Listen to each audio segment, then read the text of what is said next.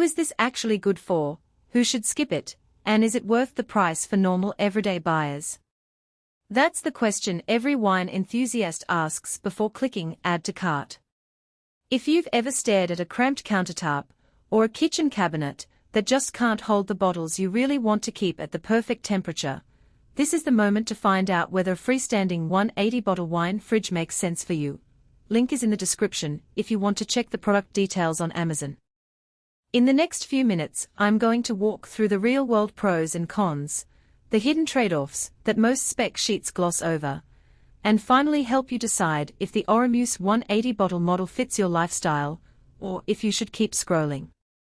First off, let's talk about the typical hesitation. You're either a casual drinker, who enjoys a glass now and then, or you're a collector who treats wine like a small investment portfolio. Those two groups have completely different expectations. A casual drinker usually wants a modest cooler that can hold a few bottles, maybe a dozen, and they care mostly about ease of use and occasional temperature tweaks.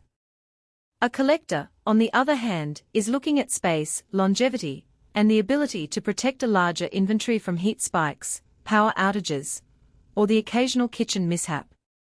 The ORYMUSE unit lands squarely in the collector's territory because it's built for 180 bottles, and that size carries both benefits and drawbacks that you need to understand before committing. The first practical strength that shows up in everyday use is the Beechwood shelf design. 14 rows of real wood shelves give each bottle a stable, slightly elevated platform. I've seen people complain about metal racks that can bend or snap when you overload a shelf, especially with heavier Bordeaux or full-bodied reds. The Beechwood actually distributes weight more evenly, which means you can stack a few bottles on each shelf without worrying about the rack sagging over time. It also adds a subtle aesthetic touch. Your wine fridge looks more like a piece of furniture than a cold box. If you're the type who likes to display your collection in a home bar or dining room, that visual appeal can be a real selling point. Next up is the upgraded compressor cooling and circulation system. Unlike thermoelectric models that struggle in warm rooms, this compressor is designed to keep the interior temperature stable even when your kitchen sits at 80 F. The real test for most owners is whether the fridge can maintain the set temperature after you open the door for a few minutes to grab a bottle. In practice, the unit recovers pretty quickly. You won't notice a noticeable swing that could affect the maturation of a delicate Pinot Noir. That said, the compressor does generate a low hum that some people describe as a faint buzzing.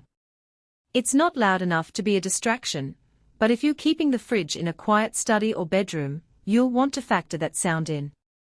One feature that could feel like a safety net for the serious collector is the temperature memory function. Imagine a sudden power outage lasting a few minutes without a memory function. The fridge would start cooling from ambient temperature again, potentially exposing your bottles to rapid temperature changes. The memory chip remembers the last set point and resumes cooling automatically as soon as power returns, minimizing the shock to your wine. In my research, people with larger collections often point out how valuable that protection is, especially in regions where grid reliability is spotty. If you live in an area with frequent outages, this is a genuine advantage you won't find on cheaper models. The double-layer glass door and built-in safety lock also play a practical role. The dual pane reduces heat exchange, keeping the interior cooler for longer when the door is opened. The lock isn't just a gimmick.